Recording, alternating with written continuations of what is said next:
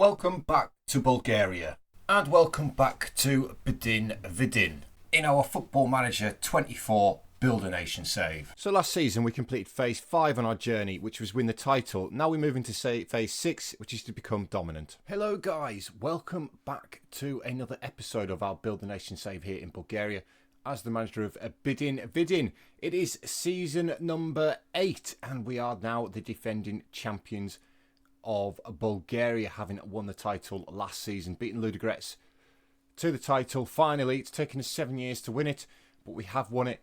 So here we are, season 8. We're approximately a third of the way through. We've reached the point of our Champions League first game. We did go straight into the league phase as well, which, as you'll see in a minute, has brought us massive amounts of finances. But first of all, we're going to catch up on all the summer signings. We've spent quite a bit of money this summer for a club the size of Bdin. There's been quite a few of them as well come in.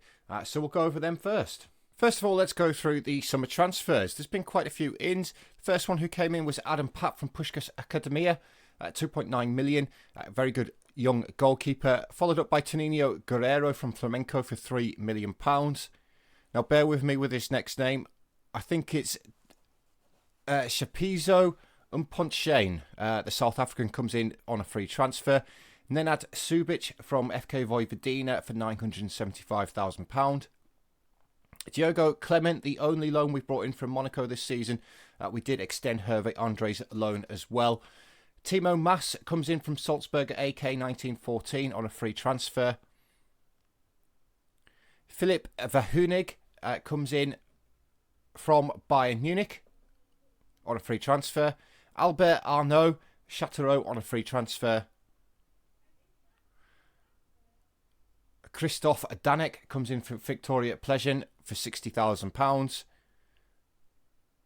And finally, Ainsley Maitland-Niles comes in from Lian on a free transfer for a total spend of £6.93 million. Now, on the outs, there's only been 2 real signings. That is Panagiotis Anastopoulos and Carlos Gallego. 25 players out on loan. Just having a quick glance over the season preview going into the season. You can see that we're currently at 14, so we're predicted to finish in 3rd place, which is very good. Ali Marungu is considered to be one of the best players in the league, which again is fantastic. He has come under speculation from Saudi Arabia.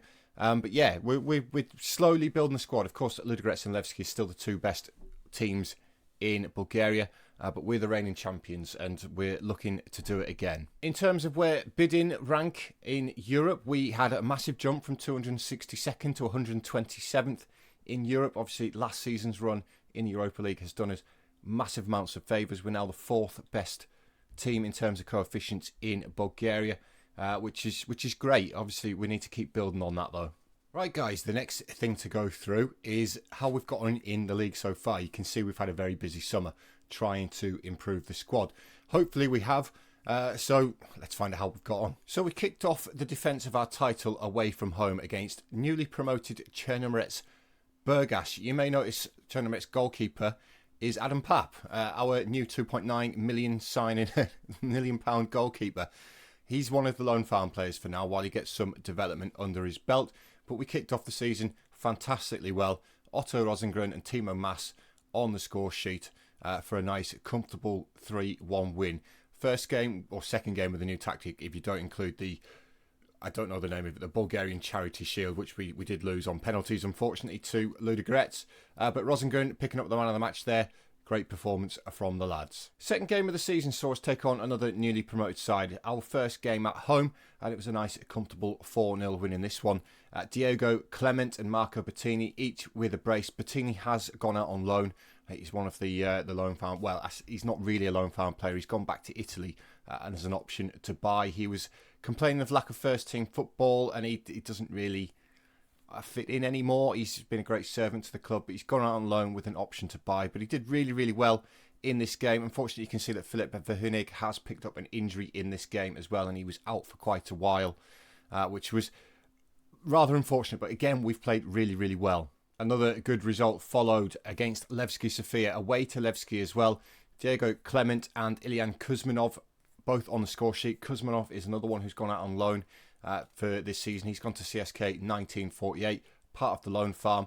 wasn't going to get regular first team football here, but he has scored in this game. Again, we've got some very good performances. Weatherton is performing particularly well as that right wing back. Another good game, 74% possession in this one.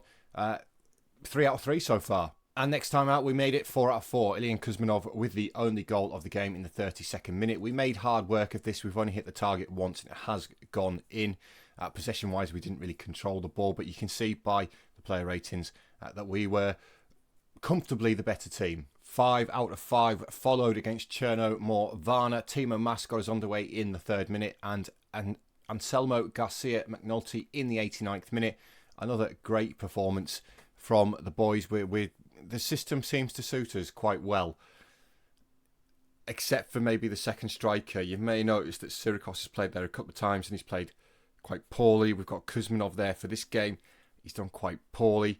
That second striker, which you'll see when we go into the live com, is playing as a trequartista, which maybe is not quite suited to how we play. So that's maybe something that I'll look to alter going forward. But it's another good performance. Next up was an away trip to Lokomotiv Sofia, and Sirikos got the only goal of the game in this one.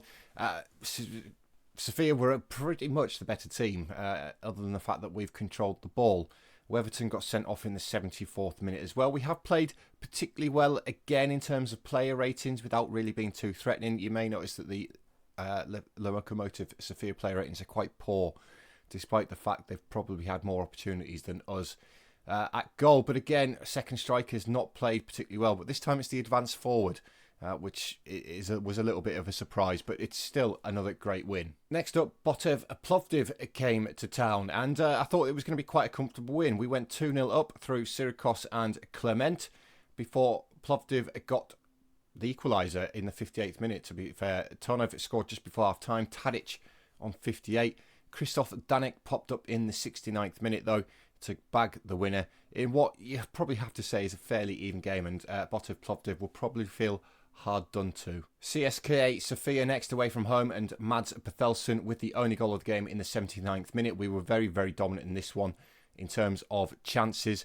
Possession is actually quite even, which is quite rare for us, but Mads has come off the bench, got his goal, obviously working back from injury at the end of last season. He's also still quite young. He's one of the hot prospects at the club, but it's another great performance. And then finally, for the perfect start to the season, 9 out of 9, we took on Spartak Varna. Sirikos with the double, Rosengren with the other one. Danek missed a penalty in the 22nd minute, but it didn't matter. A nice, comfortable 3-0 win, and Sirikos picking up the man of the match performance. Tell a lie, guys, I've missed one. That last one wasn't the last one. This is the last one. Slavia Sofia, game number 10 of the season, and our first defeat, and we were well beaten, to be fair. But Paulo Bernardo missed a penalty in the 96th minute for the chance to take a point and keep our unbeaten run to the start of the season going. But no, Tor Erik Brundtland and Julio Cesar with the goals for Slavia Sofia. Diogo Clement did get one back for us. But like we say, Paulo Bernardo's missed that penalty. We were quite poor in this one, maybe with one eye on Europe, which is coming up in the live com. So where that leaves us in the table, after 10 games, we are on 27 points, almost the perfect score. Ludogorets do have a game in hand. They're 5 points back. Obviously, they can close that down to 2 points if they win their game in hand. It's another couple of points back to Ardkar Jali in 3rd place. We've had a great start to the season. Gunnarsson's got 7 clean sheets from 10 games, which tells you that we've sort of shored things up defensively, which is one of the areas where we have struggled lately. You can also see that the FBet League has actually dropped down a spot over the last couple of seasons. It's stabilised last season, but it's currently in 14th place behind the Austrian Bundesliga and the Danish Superliga, also behind Scotland and Belgium as well. Obviously, that's one thing that's going to affect things going forward in terms of players wanting to come to Bulgaria, basically. But that's where we're at in terms of domestic football, guys. Right, guys, now that we're all up to date with what's been happening domestically in Bulgaria, you can see we've had a very, very good start to the season. This is who we've been drawn against in the Champions League. Now, we did go straight into the league phase of the Champions League, as I possibly speculated at the end of last season. There's a downside to that. The downside to that is we're not going to do very well, basically. So we're not going to gain massive amounts of coefficient points ourselves unless we pick up some fluke results. But when you look at the teams that we're being drawn against, Man City, Atletico Madrid, Juventus, Real Madrid and Dortmund, it's going to be pretty hard for us to pick up too many points. It's been quite tough on us. But we are going to get into today's live com. Of course, it is the opening game against Crvena Zvezda or Red Star Belgrade. And hopefully it's one that we can pick up a win in. And obviously we're going to have a look at some of the players in more detail. Now, with homegrown stuff, obviously you need homegrown players to register for the European competitions. It leaves our bench like this, 6 players short. So that is something to work on. Obviously we are missing Gunnarsson. He is currently injured. And our other 3 goalkeepers now, we've made another signing of another one. They're out on loan, so we're stuck with Hockart in goal. Hockart is not particularly great, the Frenchman. A signing, definitely one for the loan farm. I initially signed him for. He's played 1 game, came off the bench, he conceded 2 goals in the last league game. So I've actually signed him for the loan farm. He's a decent Vitória Liga player, which is 2nd tier, of course, and now he's coming up in the Champions League, which is great. In terms of the 3 defenders, it's pretty similar to last season. As you saw in the transfers there, we did retain the services of Hervé Andre, so he's going to play as the right-sided centre-back, 20 years old, very good player. In the middle, as the libero, Nectar Triantis has had a good season so far, and you'll see him bomb up the field quite often using that libero role.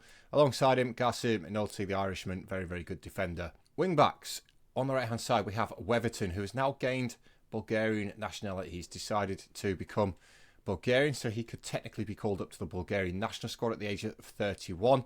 He's pretty much the only wing back on the right that we've got at the club. We did sign Ainsley Maitland-Niles as a bit of cover. 33 years old now, though. He's not a stellar player, really.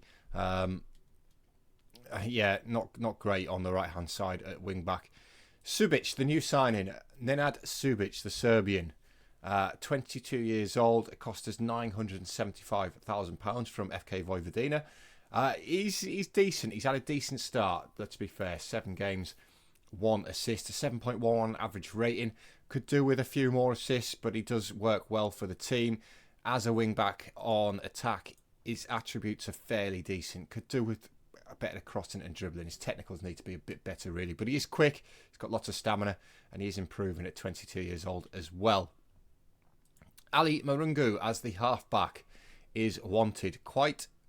They've been quite persistent at Al Weda in Saudi Arabia. I think they've got up to 3.5 million so far, potential to rise to 4.3, but I've got no intention whatsoever of letting James go. He doesn't have any clauses in his contract, so we're going to try and keep hold of him. One of the best players in the league, never mind at the club. He's going to fill that halfback slot for us this season, and he is still improving as well at 21 years old. Into the midfield, advanced playmaker on support is another new signing. It is Christoph Danek, 27 years old, cost us £60,000 from Victoria Pleasant. He's on a lot of money a week, don't get me wrong, he's on a lot of money a week, but he is a good player. Can play, he's natural as an attacking midfielder, but we do have him as the advanced playmaker on support, which you can see his attributes are very, very good for us for that position. 17 caps for the Czech Republic as well. Been more of a starter this season, Otto Rosengren. He didn't really play too many times for us last season, but we're using a Mazzala.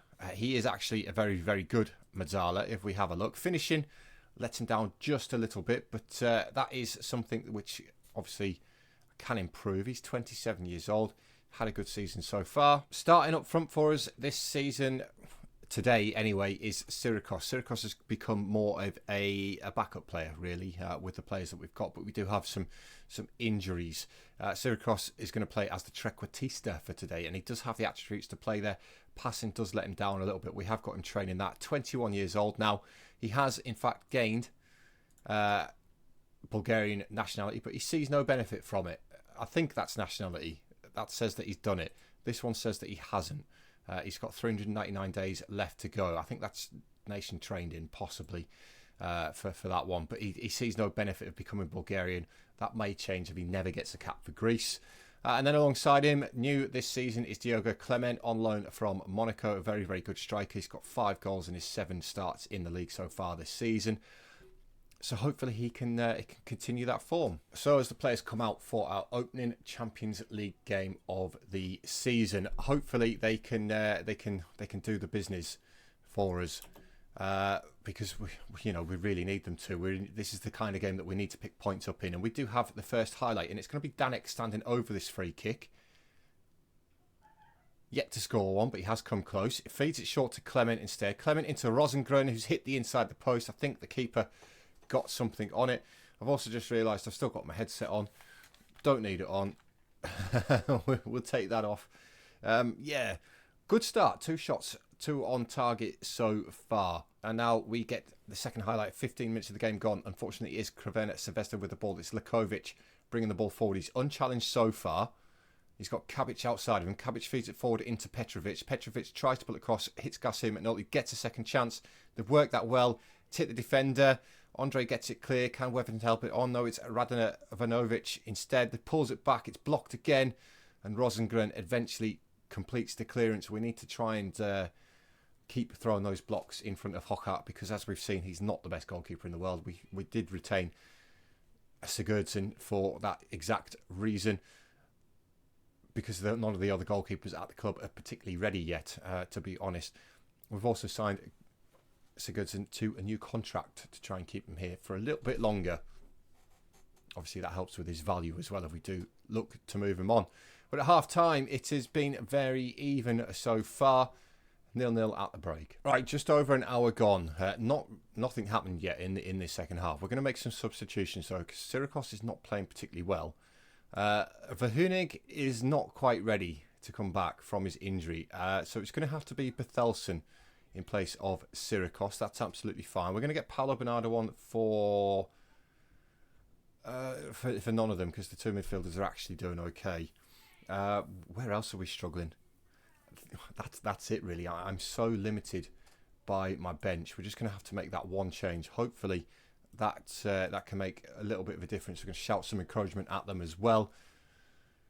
I could do with a win in this one, though. I know we're away from home, so any result would be particularly good. As into the final 10 minutes we go, guys. This has been a very, very quiet second half. It's been a very even game, I do have to say. And I suppose a point is not too bad of a result, really, against Crvena Zvezda. Are we better than Crvena Zvezda? Arguably, well, maybe. Maybe.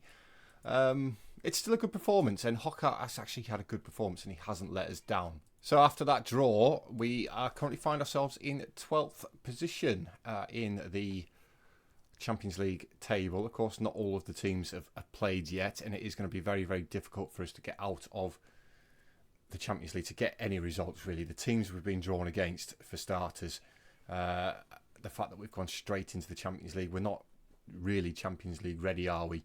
To be fair, but it has obviously helped out with prize money, and stuff like that. We've got 12-odd million for qualifying for the Champions League phase, which has now put us at £17.2 million in the bank. And I have requested to the board to buy our stadium, because of course our stadium is rented. And they've accepted that.